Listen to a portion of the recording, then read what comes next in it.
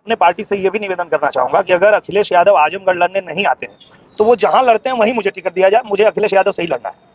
हम आपके लिए पूरी जिंदगी आपके साथ हैं। और इस मंच से गुड्डू जमाली कह रहा है, चाहे मुझे यहाँ कुछ मिले या न मिले, मैं पूरी जिंदगी आपका वफादार रहूंगा।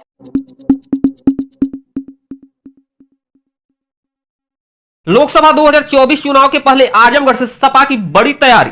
2022 के उपचुनाव में सपा प्रत्याशी धर्मेंद्र यादव की बीजेपी प्रत्याशी निरहुआ से हुई हार के बाद सपा ने इस महत्वपूर्ण सीट को अपने लिए सुरक्षित करने की तैयारी किया है। वहीं बीजेपी सांसद दिनेश लाल यादव उर्फ निरहुआ ने सपा प्रमुख अखिलेश यादव को आजमगढ़ से चुनाव लड़ने की चुनौती भी पेश कर रहे हैं। पूरी रिपोर्ट देखने से पूर्व यहाँ के पिछले कुछ चुनाव में क्या नतीजे आए हैं, इसको भी समझना जरूरी है। वर्तमान में इस सीट पर बीजेपी से दिनेश लाल यादव उर्फ निरहुआ सांसद हैं।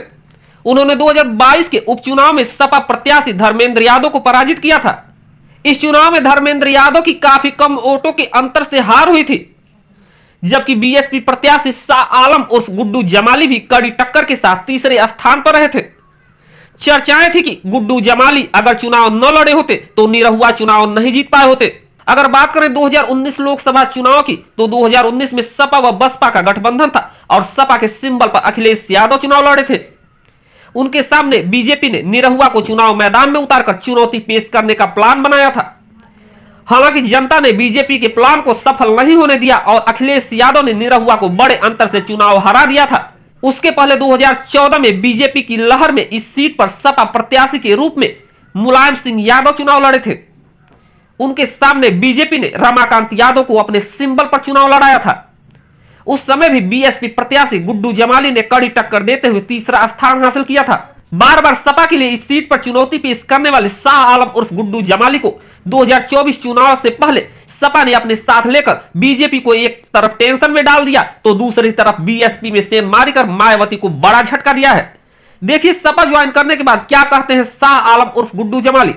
तो मुझे ऐसा लगता है कि आज दो खेमा है। एक खेमा वो है जो इस देश को तोड़ना चाहता, बांटना चाहता है।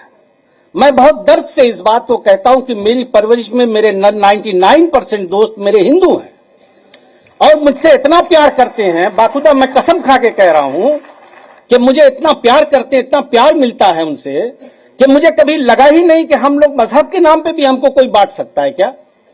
यही हमारी देश की संस्कृति है, इसी में हम पल के बड़े हुए। मेरा दिल रोता है इस बात के लिए। मैं बाय हार्ट इस बात को कह रहा हूं। बहुत दर्द होता है मुझे जब मैं देखता हूं कि आज मजहब के नाम पे क्या हो रहा। मजहब तो आस्था की चीज है। मैं एक बैग लेके गया, अगर इस देश का है, मुझे घमंड से मैं इस बात को कहता हूं कि मेरी जिंदगी पे अगर किसी का एहसान है तो मेरे हिंदू भाइयों का है। हाँ। मैं इस बात को चिल्ला चिल्ला के दुनिया के हर मन से कहता हूं। अगर इस देश का हिंदू इतना बुरा होता तो हम तो माइनॉरिटी में हैं भाई। हम तो कहते ही हैं कि हम आपके छोटे भाई हैं।